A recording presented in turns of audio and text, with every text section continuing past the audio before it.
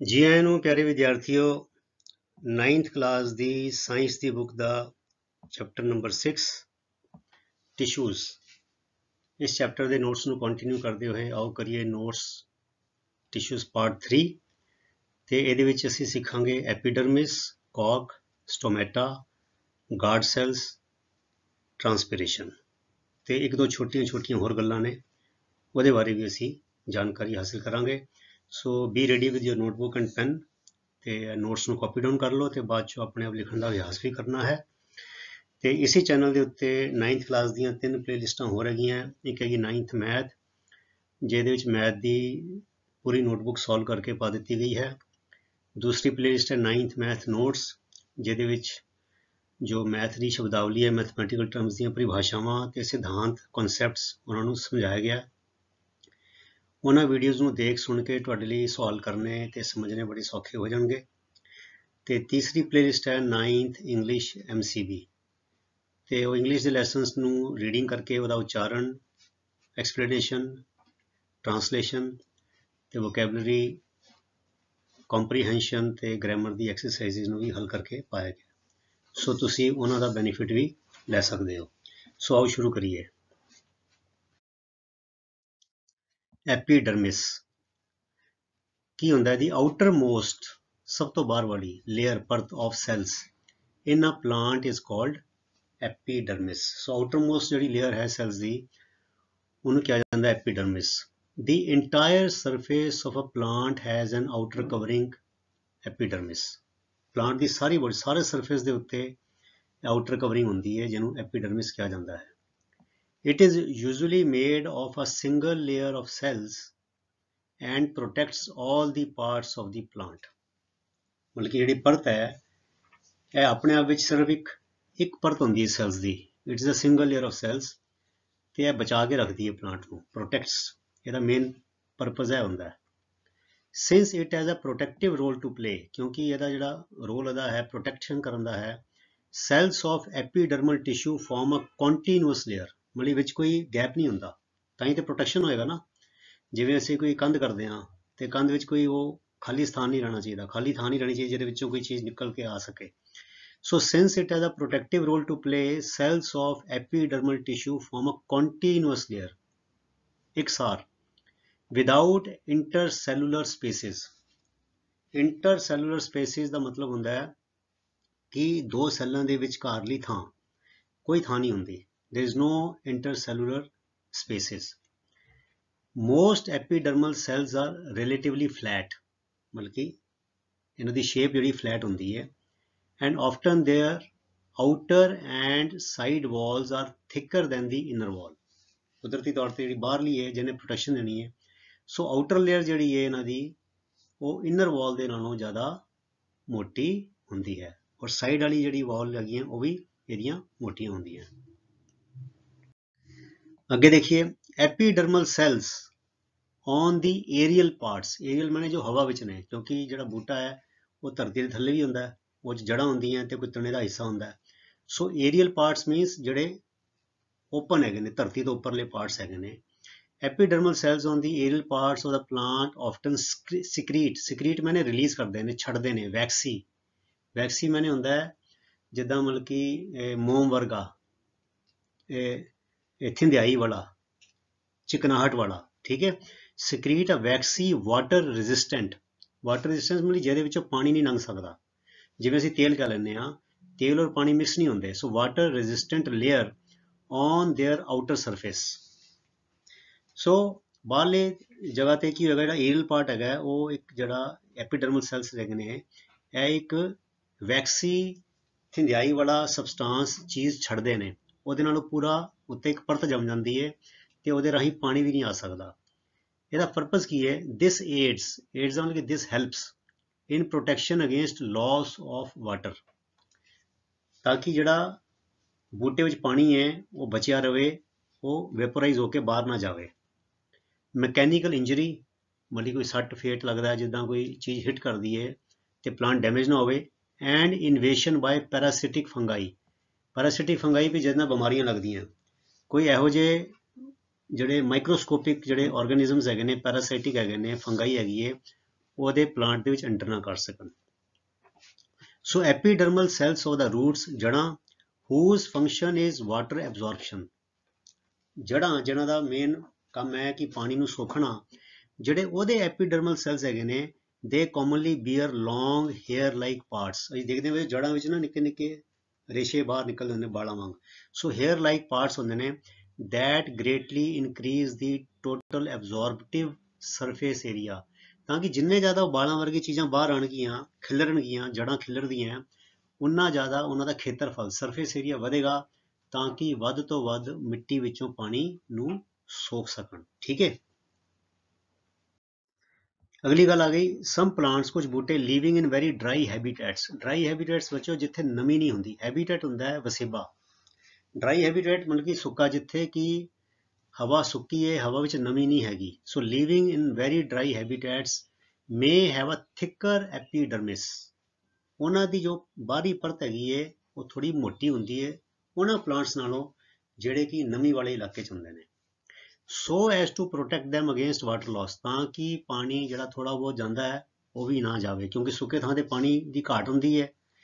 ਪਾਣੀ ਨੂੰ ਪ੍ਰੀਜ਼ਰਵ ਕਰਨ ਲਈ ਐਪੀਡਰਮਿਸ ਡਰਾਈ ਏਰੀਆ ਵਿੱਚ ਥਿਕਰ ਹੁੰਦਾ ਹੈ। ਤੇ in some plants like desert plants, desert ਮੈਨੇ ਮਾਰੂਥਲ, ਰੇਗਿਸਤਾਨ, ਰੇਗਿਸਤਾਨ ਦੇ ਜਿਹੜੇ ਬੂਟੇ ਨੇ ਉਹਨਾਂ 'ਚ epidermis has a thick waxy coating of cutin, ਉਹਨਾਂ ਉੱਤੇ ਇੱਕ ਹੋਰ ਵੈਕਸੀ ਮਤਲਬ ਕਿ ਥਿੰਦਿਆਈ ਵਾਲੀ ਇੱਕ ਚੀਜ਼ ਹੁੰਦੀ ਹੈ, ਉਹਨੂੰ ਕਿਹਾ ਜਾਂਦਾ ਕਿਊਟਿਨ। ਤੇ ਕਿਊਟਿਨ ਹੁੰਦਾ ਕਿ ਇਹ chemical substance with waterproof quality, ਇਹ ਇੱਕ ਐਸਾ ਸਬਸਟਾਂਸ ਹੁੰਦਾ ਹੈ ਜਿਹੜਾ ਕਿ ਵਾਟਰਪ੍ਰੂਫ ਹੁੰਦਾ ਹੈ ਔਨ ਇਟਸ ਆਊਟਰ ਸਰਫੇਸ। ਸੋ ਜਿਹੜੇ ਮਾਰੂਥਲ ਦੇ ਪਲਾਂਟਸ ਨੇ ਉਹਨਾਂ ਵਿੱਚ ਐਕਸਟਰਾ ਪ੍ਰੋਟੈਕਸ਼ਨ ਹੁੰਦੀ ਹੈ ਥਰੂ ਕਿਊਟਿਨ, ਤਾਂ ਕਿ ਪਾਣੀ ਜਿਹੜਾ ਹੈ ਬਿਲਕੁਲ ਵੀ ਨਾ, ਕਿਉਂਕਿ ਰੇਗਿਸਤਾਨ ਵਿੱਚ ਮਾਰੂਥਲ ਵਿੱਚ ਪਾਣੀ ਬਿਲਕੁਲ ਨਹੀਂ ਹੁੰਦਾ। In deserts the water shortage is very acute, so ਇਸ ਕਰਕੇ the additional protection is provided by this waxy coating of cutin। ठीक है। ਹੁਣ ਆ ਗਿਆ ਬੱਚੋ stomata। what is stomata? Stomata are the small pores, pores माने holes, in the epidermis of a plant organ such as a leaf or a stem। stem माने तना, leaf माने पत्तियां। they are necessary for exchanging gases with the atmosphere, carbon dioxide oxygen की exchange होनी है, that takes place through this holes, three pores, जिन्हें कहते हैं स्टोमेटा। तो अगली गल है transpiration also takes place through stomata. हुण बच्चों ट्रांसपीरेशन बारे तुसीं छोटी क्लासां 'च पढ़ चुके हो, पर अगर कुछ बच्चों नूं भुल जाए तो मैं इत्थे लिख देता है ट्रांसपीरेशन, एक्स्ट्रा करके लिख देता है कि what is transpiration, the process of giving off water vapour and waste products through the stomata on leaves, ਇਹਨੂੰ ਕਿਹਾ ਜਾਂਦਾ ਹੈ ਟਰਾਂਸਪੀਰੇਸ਼ਨ। ਸੋ ਜਿਹੜਾ ਵਾਟਰ ਵੇਪਰ ਦਾ ਲਾਸ ਹੈਗਾ ਟੂ ਦੀ ਐਟਮੋਸਫੀਅਰ, ਹਵਾ ਵਿੱਚ ਪਲਾਂਟਸ ਜਿਹੜੇ ਵਾਟਰ ਵੇਪਰ ਛੱਡ ਰਹੇ ਨੇ, ਉਸ ਪ੍ਰੋਸੈਸ ਨੂੰ ਕਿਹਾ, ਤੇ ਗੈਸਿਸ ਦੀ ਵੀ ਐਕਸਚੇਂਜ ਹੋ ਰਹੀ ਹੈ, ਕਾਰਬਨ ਡਾਈਆਕਸਾਈਡ ਛੱਡੀ ਜਾ ਰਹੀ ਹੈ, ਉਹਨੂੰ ਕਿਹਾ ਜਾਂਦਾ ਹੈ, ਸੌਰੀ ਆਕਸੀਜਨ ਛੱਡੀ ਜਾ ਰਹੀ ਹੈ, ਉਹਨੂੰ ਕਿਹਾ ਜਾਂਦਾ ਹੈ ਟਰਾਂਸਪੀਰੇਸ਼ਨ। ਠੀਕ ਹੈ, ਅੱਗੇ ਚਲੀਏ। Guard cells. ਹੁਣ ਗਾਰਡ ਸੈਲਸ ਕੀ ਹੈਗੇ ਨੇ? they are a pair of kidney shaped, kidney ਜਿੱਦਾਂ ਬੱਚੇ ਸਾਡੇ ਰਾਜਮਾ ਨਹੀਂ ਹੁੰਦਾ, ਰਾਜਮਾ ਦੇ ਦਾਣੇ, ਉਹ ਸ਼ੇਪ, ਜਾਂ ਅਸੀਂ ਕਹਿ ਸਕਦੇ ਕ੍ਰੀਸੈਂਟ ਸ਼ੇਪਡ। ਕ੍ਰੀਸੈਂਟ ਸ਼ੇਪ ਹੁੰਦੀ ਹੈ ਬੱਚੇ ਜਿਹੜੀ ਚੰਦਰਮਾ ਅੱਧੇ ਨਾਲੋਂ ਘੱਟ ਹੁੰਦਾ ਜਿੱਲੇ, ਤੇ ਇਟ ਇਜ਼ ਲਾਈਕ ਆ, ਜਿੱਦਾਂ ਕਹਿ ਲਓ ਕਿ ਸੰਤਰੇ ਦੀ ਫਾੜੀ ਨਹੀਂ ਹੁੰਦੀ ਇੱਕ, ਹਨਾ, ਕਰਵ ਟਾਈਪ, ਉਹ ਕਿਡਨੀ ਦੀ ਸ਼ੇਪ ਉਸ ਤਰ੍ਹਾਂ ਹੀ ਹੁੰਦੀ ਹੈ, ਰਾਜਮਾ ਦੀ ਸ਼ੇਪ ਵੀ ਉਸ ਤਰ੍ਹਾਂ ਹੁੰਦੀ ਹੈ, ਤੇ ਚੰਦਰਮਾ ਜਿਹੜਾ ਅੱਧੇ ਨਾਲੋਂ ਘੱਟ ਹੁੰਦਾ ਉਹਨੂੰ ਕਹਿੰਦੇ ਕ੍ਰੀਸੈਂਟ shaped. So they are a pair of kidney shaped or crescent shaped cells surrounding, ਲਪੇਟੇ ਹੋਇਆ ਉਹਦੇ ਆਲੇ ਦੁਆਲੇ ਹੁੰਦੇ ਨੇ, ਜਾਂ enclosing stomata in the epidermis. ਬੜੀ ਇੰਟਰਸਟਿੰਗ ਗੱਲ ਹੈ, ਐਪੀਡਰਮਿਸ ਵਿੱਚ ਸਟੋਮੇਟਾ ਹੁੰਦੇ ਨੇ। Stomata are the small pores and these small pores, each small pore is surrounded by a pair of guard cells and these guard cells are shaped like a kidney or shaped like a crescent moon। ठीक है, ਇਹਨਾਂ ਦਾ ਕੰਮ ਕੀ ਹੈ? they control opening and closing of a stomata, ਮਤਲਬ stomata ਬੰਦ ਵੀ ਹੁੰਦਾ ਹੈ ਤੇ ਖੁੱਲਦਾ ਵੀ ਹੈ ਕਿਉਂਕਿ ਪੋਰਸ ਹੈਗੇ ਨੇ। ਸੋ ਕਿਸ ਤਰ੍ਹਾਂ ਹੁੰਦਾ ਹੈ? ਵੈਨ ਸਵੋਲਨ ਵਿਦ ਵਾਟਰ, ਜਦੋਂ ਪਾਣੀ ਜ਼ਿਆਦਾ ਹੁੰਦਾ ਹੈ ਤੇ ਇਹ ਗਾਰਡ ਸੈਲਸ ਫੁੱਲ ਜਾਂਦੇ ਨੇ, ਫੈਲ ਜਾਂਦੇ ਨੇ, ਸਵੋਲਨ ਸੁੱਜ ਜਾਂਦੇ ਨੇ, ਮਤਲਬ ਕਿ ਫੈਲ ਜਾਂਦੇ ਨੇ। Then what happens? Guard cells pull away from each other, ਸੋ ਫੁੱਲ ਕੇ ਇੱਕ ਦੂਜੇ ਤੋਂ ਪਰੇ ਖਿੱਚੇ ਜਾਂਦੇ ਨੇ। ਓਪਨਿੰਗ ਦੀ ਸਟੋਮੇਟਾ, ਤੇ ਸਟੋਮੇਟਾ ਜਿਹੜਾ ਹੈ ਉਹ ਖੁੱਲ ਜਾਂਦਾ ਹੈ। वाटर एक्सेस हैगा, water fills the guard cells swell up, on swelling they move away from each other, causing the stomata to open and allow the escape of water vapor. So पानी चला जाता है to allow the escape of water vapor and the exchange of gases. Gases the exchange भी हो ਜਾਂਦੀ, carbon dioxide oxygen. When drier means ਜਦੋਂ ਪਾਣੀ ਘੱਟ ਹੁੰਦਾ ਹੈ, they shrink, they move close together, closing the stomata. ਉਹ ਨੇੜੇ ਆ ਜਾਂਦੇ ਨੇ shrink ਹੋ ਕੇ ਤੇ stomata ਬੰਦ ਹੋ ਜਾਂਦਾ ਹੈ and thus help conserve water. ਜਦੋਂ ਪਾਣੀ ਜ਼ਿਆਦਾ ਹੈ ਸਟੋਮੈਟਾ ਨੂੰ ਖੋਲ ਦਿੰਦੇ ਨੇ ਤਾਂ ਕਿ ਪਾਣੀ ਛੱਡਿਆ ਜਾ ਸਕੇ, ਜਦੋਂ ਪਾਣੀ ਘੱਟ ਹੈ ਉਹ ਸਟੋਮੈਟਾ ਨੂੰ ਬੰਦ ਕਰ ਦਿੰਦੇ ਨੇ. ਸੋ ਬੱਚਿਓ ਗਾਰਡ ਸੈਲਸ ਵੀ ਬੜੀ ਇੰਪੋਰਟੈਂਟ ਚੀਜ਼ ਹੈ. ਗਾਰਡ ਸੈਲਸ ਦੇ control the opening and closing of the stomata. ਇੱਕ ਲਾਈਨ ਵਿੱਚ ਅਗਰ ਅੱਧੇ ਨੰਬਰ ਦਾ ਸਵਾਲ ਆਵੇ ਜਾਂ ਫਿਲ ਇਨ ਦੀ ਬਲੈਂਕਸ ਆਵੇ ਤੇ ਗੱਲ ਯਾਦ ਰੱਖਣੀ ਹੈ. ਅਗਲੀ ਗੱਲ ਆ ਗਈ ਬੱਚਿਓ cork. The outer layer of a branch of a tree. ਇੱਕ ਵੱਡਾ ਟਰੀ ਜਿਹੜਾ ਮੈਚੋਰ ਹੋ ਗਿਆ ਉਹਦੀ ਟਾਹਣੀ ਲੈ ਲਓ, ਦੇਖੋ ਬਰਾਊਨ ਰੰਗ ਦੀ ਹੁੰਦੀ ਹੈ ਤੇ ਰਫ ਵੀ ਹੁੰਦੀ ਹੈ, ਖਿਰਬੜੀ ਹੁੰਦੀ ਹੈ. It is is not same as the outer layer of a young stem. ਤੇ ਇੱਕ ਹਰਾ ਬੂਟਾ ਹੈ, ਹਰੇ ਰੰਗ ਦੀ ਉਹਦੀ ਟਾਹਣੀ ਜਿਹੜੀ ਹੈ ਸਟੈਮ ਹੈਗੀ ਹੈ ਉਹ ਕਿੰਨੀ ਸੱਪਲ, ਕਿੰਨੀ ਕੋਮਲ, ਮੁਲਾਇਮ ਤੇ ਠੰਡੀ ਜਾਪਦੀ ਹੈ, ਗਿੱਲੀ ਜਾਪਦੀ ਹੈ ਨਾ. ਉਹ ਹਰੇ ਰੰਗ ਦੀ ਹੁੰਦੀ ਹੈ ਤੇ ਆਊਟਰ ਲੇਅਰ ਜਿਹੜੀ ਬ੍ਰਾਂਚ ਹੈ of a tree, grown up tree, ਉਹਦੀ ਥੋੜੀ ਬਰਾਊਨ ਹੁੰਦੀ ਹੈ. So it means the outer layer of a branch of a tree is not the same as the outer layer of a stem of a young tree or young plant. ठीक है. So as plants grow older, ਇਹ ਕਿਉਂ ਹੁੰਦਾ, ਜਿਵੇਂ ਜਿਵੇਂ plants ਬੁੱਢੇ ਹੁੰਦੇ ਨੇ, ਉਮਰ ਵੱਧਦੀ ਹੈ, the outer protective tissue, ਜਿਹੜਾ ਬਾਹਰਲਾ protective tissue ਹੈ, it undergoes certain changes. ਉਹਦੇ ਚ ਬਦਲਾਵ ਆਉਂਦੇ ਨੇ. A strip of secondary meristem, strip माने एक पट्टी कह लो, लेयर कह लो. सेकेंडरी मेरिस्टेम मैंने बच्चों मेरिस्टेमेटिक सेल्स बारे ਅਸੀਂ पढ़ चुके हैं, टिश्यू बारे.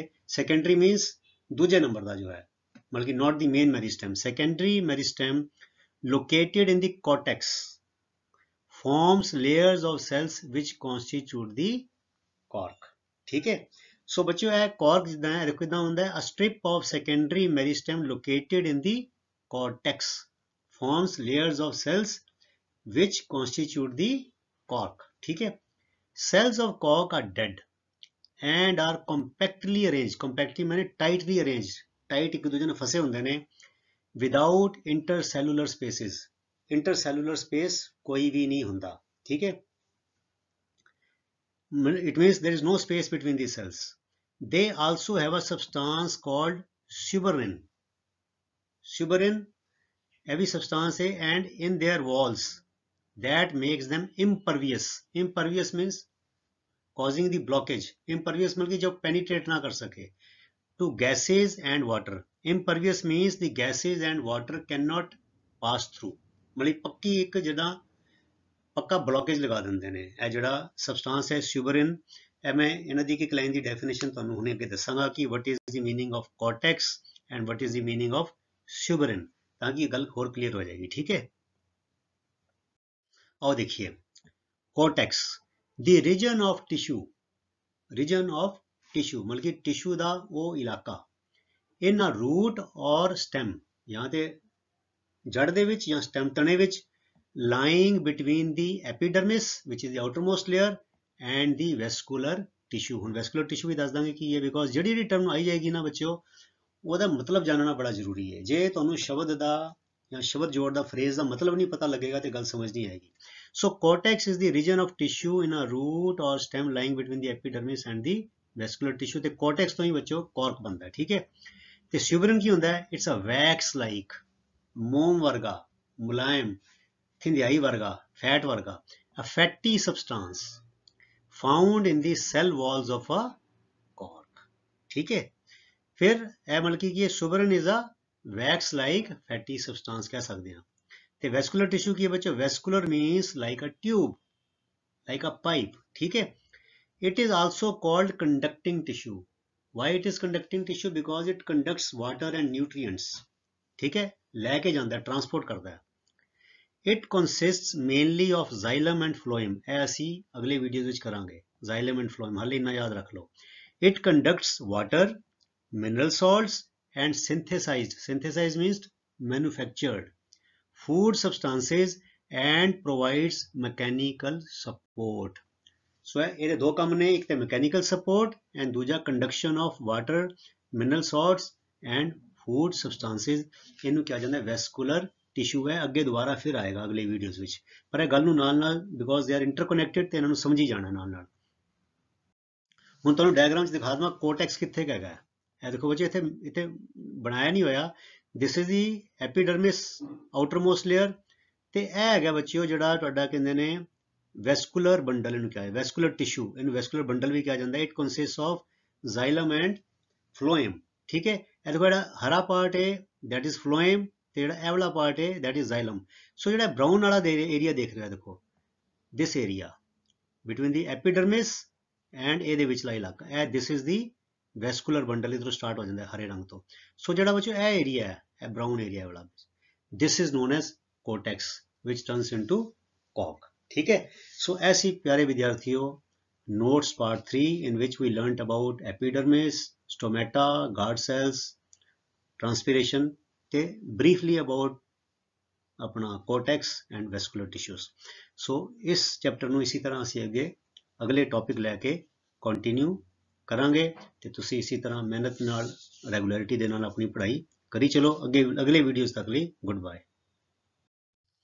ਤੁਹਾਡਾ ਸਾਰਿਆਂ ਦਾ ਬਹੁਤ ਬਹੁਤ ਧੰਨਵਾਦ। ਰੱਬ ਰਾਖਾ। Thank you very much.